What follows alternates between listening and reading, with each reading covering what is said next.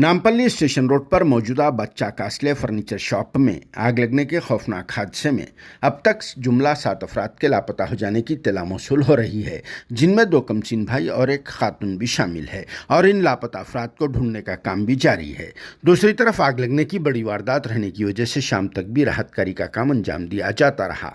और फिर इस आग पर काबू पाने के लिए 18 से 20 फायर टीमों ने काम किया, जो कई घंटों की जद्दोजहद के बाद इस आग पर काबू पाने में कामयाबी हासिल कर ली और फिर फायर टीम व रेस्क्यू ऑपरेशन अमले की तरफ से कई एक अफराद को बचा लिया गया जो यहाँ पर फंसे हुए थे। इस तरह से इन अफराद की वजह से इन लोगों की जान भी बच गई। जी हाँ, आग लगने का यह अफसोसनाक हादसा 24 जनवरी हफ्ते की दोपहर को पेश आया, जहां पर नामपल्ली स्टेशन रोड पर बच्चा कास्ले फर्नीचर शोरूम कम गोडाउन पाया जाता है, जो 4 मंजिला बिल्डिंग होती है जिसमें 2 बेसमेंट पाए जाते हैं। जहां पर अचानक आग लग गई और फिर देखते ही देखते ये आग फैलकर मुहिब शक्ल इख्तियार कर ली,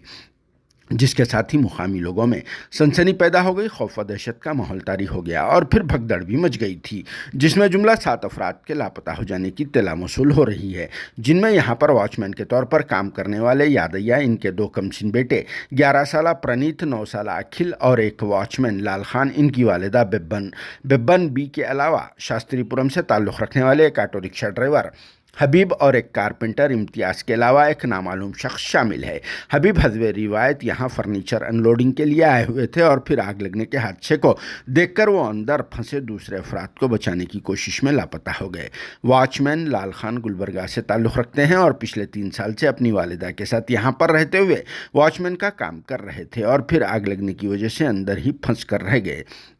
यादయ్య की बीवी लक्ष्मी इस हादसे में बिल्कुलिया तौर पर सेफ है, जो घरों में सर्वेंटमेंट के तौर पर काम किया करते हैं। इसीलिए हस्बे रिवायत लक्ष्मी सुबह काम के लिए अपने घर से रवाना हो चुके थे और फिर वो बच भी गए। मुतासिरा फर्नीचर शॉप के ओनर संगमेश्वर बादशाह होते हैं, जिन्हें 4 बेटे सतीश बादशाह, राजेश बादशाह, हरीश बादशाह और प्रवीण बादशाह है, जो इस शोरूम को चला रहे हैं। और दूसरी जानिब इस हादसे में लापता हो जाने वाले अफराद की खबर सबके लिए बहुत ही ज़्यादा तकलीफदा बन चुकी है और फिर सभी लोग इन लापता अफराद के जल्द से जल्द मिल जाने के लिए दुआएं भी कर रहे हैं। बाद में इस हादसे की इत्तला पर तेलंगाना स्टेट के माइनॉरिटी मिनिस्टर मोहम्मद अजहरुद्दीन ने स्पॉट पहुंचकर यहां का तफसीली मुआयना किया, जिनके साथ हैदराबाद कलेक्टर व AIMIM के MLC मिर्ज़ा अहमद बखादरी और AIMIM के मल्लेपल्ली डिवीज़न कॉरपोरेटर जफर खान व दीगर भी मौजूद थे। Bureau report, RS news, Hyderabad.